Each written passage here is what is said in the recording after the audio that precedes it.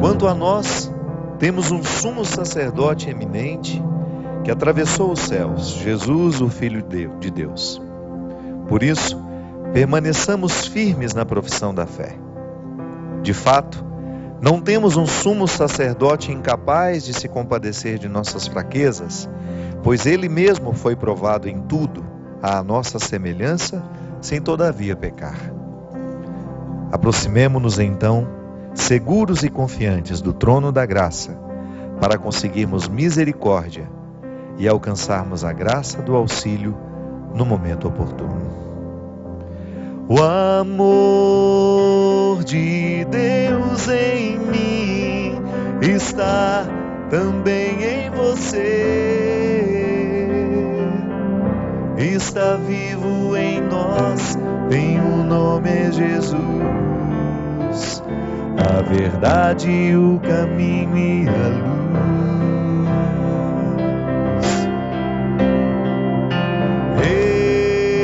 Ele veio nos dar a paz, seu amor é demais. Está vivo em nós, tem um nome é Jesus. A verdade, o caminho e a luz. Muito boa noite, é com muita alegria que nós começamos mais um programa Direção Espiritual. Obrigado pela oportunidade de estar com você nessa noite, entrar na sua casa e a gente estabelecer este momento, essa oportunidade de partilhar a nossa vida. Hoje a gente inicia o nosso programa recordando que o sacerdócio de Cristo nos dá a graça e a confiança de nós aproximarmos dele, oferecendo a ele tudo aquilo que temos de mais precário em nós. O sacerdócio de Cristo não é para a sua vaidade, não, é um serviço. Por isso que tantas vezes a gente fala que sempre que nós nos aproximamos do coração do cristianismo, a gente descobre que tudo aquilo que demanda a autoridade cristã não tem outro objetivo senão nos tornar servidores. É para a gente servir. E o primeiro a servir, o primeiro a dar o exemplo é ele, o Cristo. O seu sacerdócio é justamente para nos resgatar, para nos salvar. Não é missão específica do sacerdote retirar aquilo que está do lado de fora e colocar dentro do lugar santo? Não é esta a grande missão? Eu, como padre, eu participo diretamente do sacerdócio de Cristo assim. Eu tenho a oportunidade de recolher as realidades que estão fora, que estão do outro lado, né? A gente pode até usar aquela expressão bonita de Jesus em muitos momentos, ainda que ele não falasse disso, mas a sua missão se resumia em trazer para dentro de Jerusalém aqueles que foram expulsos pelo processo religioso, pelo preconceito, pela injustiça. Era isso que Jesus fazia. Ele colocava para dentro dos muros de Jerusalém aqueles que estavam julgados fora.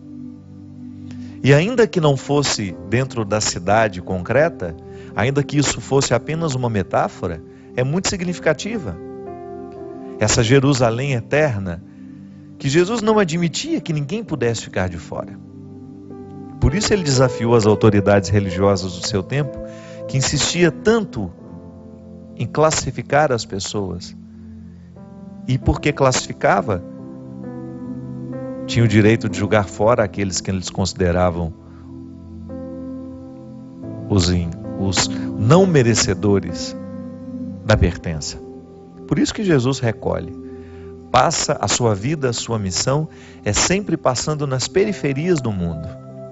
Lá naquele lugar, em Israel, naquela época, com a configuração geográfica daquele momento, ele passava pelas periferias para buscar aqueles que estavam jogados fora. Tão interessante a gente identificar essa inclusão moral que Jesus fazia, essa inclusão afetiva, essa inclusão política, essa inclusão religiosa.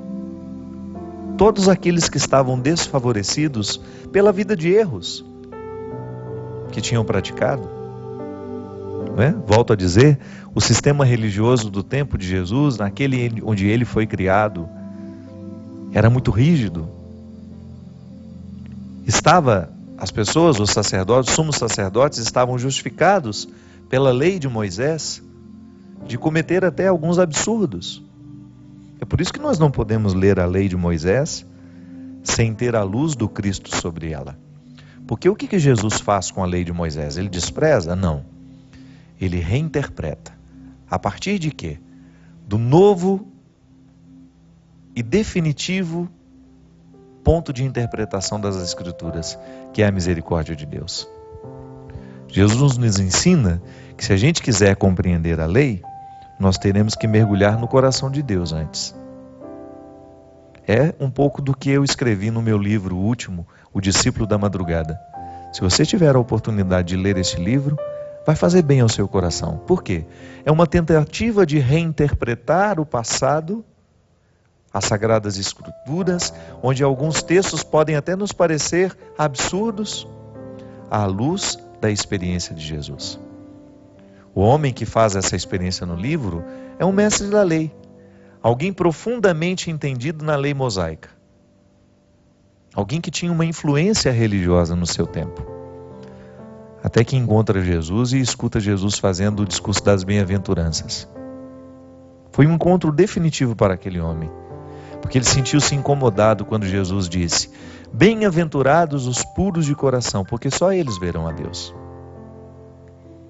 Esse homem espera a multidão se desfazer e pede a Jesus o direito de estar com ele escondido, porque ele não podia ser visto ao lado de Jesus. Volto a dizer, esse personagem do livro era um homem importante dentro do contexto religioso daquela época. E Jesus desafiava essas estruturas religiosas, afrontando como? De maneira amorosa, incluindo os que estavam julgados fora, os que estavam renegados, desprezados pelo sistema religioso. Então esse rapaz começa a encontrar-se com Jesus sempre na madrugada, porque ele não queria ser visto, por isso o livro se chama O Discípulo da Madrugada. E a partir destes encontros, ele começa a ressignificar dentro dele o significado da lei. Ele começa a reinterpretar as obrigações religiosas que estão prescritas aqui no Antigo Testamento. Os primeiros livros, né? O Pentateuco, né? Esses 5 primeiros livros da Bíblia, eles estão arquitetados dentro de um conjunto de regras, de instruções que são importantíssimas para os judeus. E Jesus era judeu. Aquele homem, o discípulo da madrugada, era um judeu, mas que em muitos momentos da sua vida percebeu que era cruel em nome de Deus. Ele agia com crueldade, sempre amparado pela lei, porque se a gente lê apenas a letra, se a gente não entra no coração da letra, a gente também tem o direito de ser cruel. A Sagrada Escritura justifica muitas crueldades. Basta você lê-la fora do conceito, fora do amor que Jesus nos ensina. Essa Sagrada Escritura aqui pode nos autorizar a matar os nossos irmãos, pode nos autorizar o preconceito, pode nos autorizar a desprezar o outro porque pecou. Mas eu lhe pergunto, isso tem coerência com aquilo que Jesus nos ensina?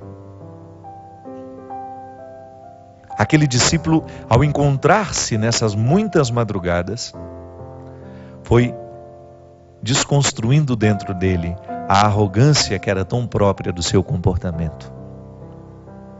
Bem-aventurados os puros de coração, porque só eles verão a Deus. Essa frase abriu um caminho, uma nova estrutura na vida daquele homem, que aos poucos foi colhendo do coração de Jesus tudo aquilo que ele precisava para compreender a lei da maneira certa. Então esse discípulo da madrugada fez uma bonita experiência de perceber que a lei é um recado amoroso de Deus a nós, nos motivando a amar aqueles que encontrarmos pela vida. Que nós não temos o direito, porque o outro pecou, a gente o despreza, porque o outro pecou, a gente se sente melhor que ele. Não. É o contrário. Quando a gente olha a fraqueza do nosso irmão, a gente de alguma maneira está vendo a nossa também. Não é que nós vamos ficar eternamente passando a mão na cabeça um do outro e nos permitindo o erro, não é não. A gente vai lutar sempre para não errar, mas sempre que errar, a postura de todo cristão é o recomeço. Não há outro caminho para nós. Jesus não nos ensinou a mágoa, Jesus não nos ensinou o ressentimento. Ele nos ensinou a justiça. Você ter o direito de pontuar, você ter o direito de se colocar, de esclarecer, de buscar essa verdade, de romper com tudo aquilo que possa ser nocivo à sua vida, mas Ele não nos deu o direito de nos sentirmos melhores que ninguém. A palavra de Jesus só nos autoriza a simplicidade, despojamento, amor ao próximo, verdade, justiça. E aquele discípulo, ao mergulhar no coração de Jesus, ele foi tendo a oportunidade de retirar aquele poder opressor que a lei representava para ele e que ele acabava julgando sobre as costas dos outros que o ouviam. Interessante isso, né? Porque nós que somos pregadores, quantas vezes nós também corremos o risco de impor sobre os outros os fardos que são nossos? É por isso que a gente precisa ser muito sincero diante de Deus. A minha experiência de Deus precisa libertar o meu coração de todas as minhas amarras para que eu tenha condições de pregar com muita liberdade o Evangelho do Senhor a você que está aí, precisando de ouvir essa palavra hoje. Eu não posso jogar sobre você os meus traumas, os meus medos, não.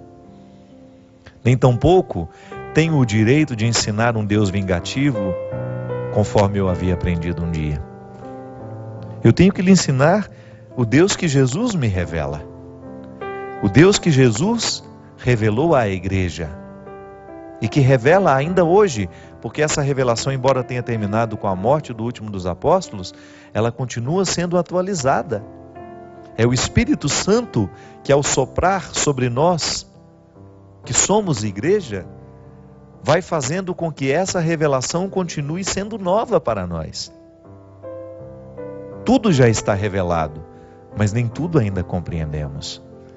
Então a igreja é este tempo da compreensão, da luta. Por isso nós invocamos o Espírito sobre nós. Para que a gente não caminhe nos equívocos, para que a gente não incorra em erros. E eu não posso, como pregador, como padre, incorrer neste erro de lhe ensinar um Deus errado. E sempre que eu abro o Evangelho, sempre que eu abro as cartas apostólicas, aqui hoje, de maneira especial, esse texto de São Paulo escrito aos Hebreus, nos motivando a ter confiança para a gente se aproximar de Jesus, o sumo sacerdote, que é capaz de compreender todas as nossas fraquezas. Sabe, minha gente, às vezes eu fico pensando que nós não precisamos de muita coisa na vida. Às vezes nós só precisamos disso. De alguém que nos dê coragem, condições de expor a nossa fragilidade, de expor a nossa fraqueza. Tantas pessoas dão errado na vida porque lhes faltaram oportunidade de expor as suas fraquezas. Tanta gente eu vejo perdida nas suas arrogâncias, nas suas prepotências, porque faltou essa oportunidade. Olha, seja simples aqui, exponha o seu coração, exponha os seus erros, sem medo de qualquer julgamento ou de qualquer outra palavra que possa te tornar ainda, te fazer sentir pior do que você já se sente. Mesmo porque toda correção, e é Jesus que também nos ensina, tem que ser feita de maneira amorosa. Não é no grito que a gente convence alguém a ser melhor. Não. É através de atitudes amorosas que aos poucos vão lapidando os nossos excessos. Por isso eu não tenho medo de errar, que a misericórdia é o ponto alto da revelação. Só nos faltava isso entender. E é isso que Jesus nos traz, quando Ele nos diz que o coração do Pai é amor, que Deus é amor, que nós temos o direito de chamar Deus de maneira carinhosa, Abba, papai, paizinho.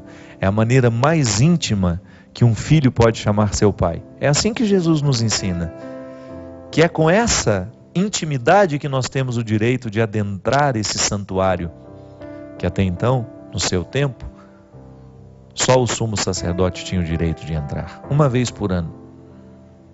Olha como Jesus democratiza o acesso a Deus. Olha como Jesus permite, estabelece pontes para que a gente ultrapasse essa distância que às vezes é tão grande entre nós e o Senhor. Aproximemo-nos então, seguros e confiantes do trono da graça, para conseguirmos misericórdia e alcançarmos a graça do auxílio no momento oportuno. Essa é a palavra para todos nós, que tantas vezes temos medo de nos aproximar de Deus, porque achamos que somos pecadores demais, que Deus não vai ter um pingo de paciência com a gente. É interessante, tantas vezes eu encontro pessoas que se autodesprezam, que se desprezam, que se enxergam muito piores do que são. Eu encontrei uma senhora ao longo da minha vida que me impactou muito pela sua bondade, pela beleza de sua alma. E sempre que a gente lhe fazia um elogio, ela mudava de assunto, ela não deixava o elogio ser concretizado. E depois de muitas tentativas de fazer esse elogio, ou de demonstrar a ela que a grandeza da alma que ela tinha impactava todos aqueles que estavam próximos, depois de muitas tentativas eu resolvi dizer a ela: por favor, deixa eu terminar o elogio. E ao lado dos filhos que estavam lá, todo mundo começou a rir, e uma das filhas disse: a minha mãe não sabe ser elogiada, padre. A minha mãe não sabe ser elogiada. Por quê? Por que isso acontece com a gente? Não é por acaso. A história sofrida que às vezes a gente teve, por termos sido em algum momento desprezados por alguém que era importante para nós. Uma história sofrida que a gente não soube corrigir dentro da gente. E de repente a gente fica aí, sem saber receber o amor dos que nos amam. Ou sem saber receber um elogio que a gente mereça ouvir. A gente fica rude, a gente fica não se sentindo merecedor de absolutamente nada. Sempre estabelecendo uma relação com a vida como se nós fôssemos um tapete, um capacho, por onde todo mundo passa. Não. Sempre que nós fazemos uma experiência de Deus fecunda, sempre que nós nos aproximamos do Senhor, isso é modificado dentro de nós. É como se Ele nos desse um beijo, sabe? Que nos fizesse sorrir e reconhecer a beleza de quem somos. A beleza que existe em mim, que existe em você. Porque não é possível que os erros da nossa vida tenham sido capazes de apagar toda a nossa beleza. Pode ofuscar. Pode até ter ofuscado, mas não apagou. Porque esse beijo de Deus em nós é indelével, não muda, não pode ser arrancado. O amor de Deus em mim é igual em você. Da mesma maneira como Deus amou Francisco de Assis, ama a mim e ama você. Da mesma maneira como Deus ama os santos, amou os santos, Ele ama a mim, ama a você. Ama você. Então é só a gente ter coragem de se aproximar desse trono da graça para a gente conseguir essa misericórdia que corrige tudo dentro de nós. Porque isso também é verdade. Quando Deus entra na nossa vida, a gente nunca mais se olha da mesma forma. Porque Deus converte o nosso olhar. Deus converte a maneira como nós nos interpretamos. Permita isso hoje. Aproxime-se deste trono da graça, receba essa misericórdia. Sinta hoje esse beijo de Deus mais uma vez na sua alma, na sua vida, a lhe recordar do imenso valor que você tem para Ele. Nós vamos para um rápido intervalo e a gente volta já já com o programa Direção Espiritual.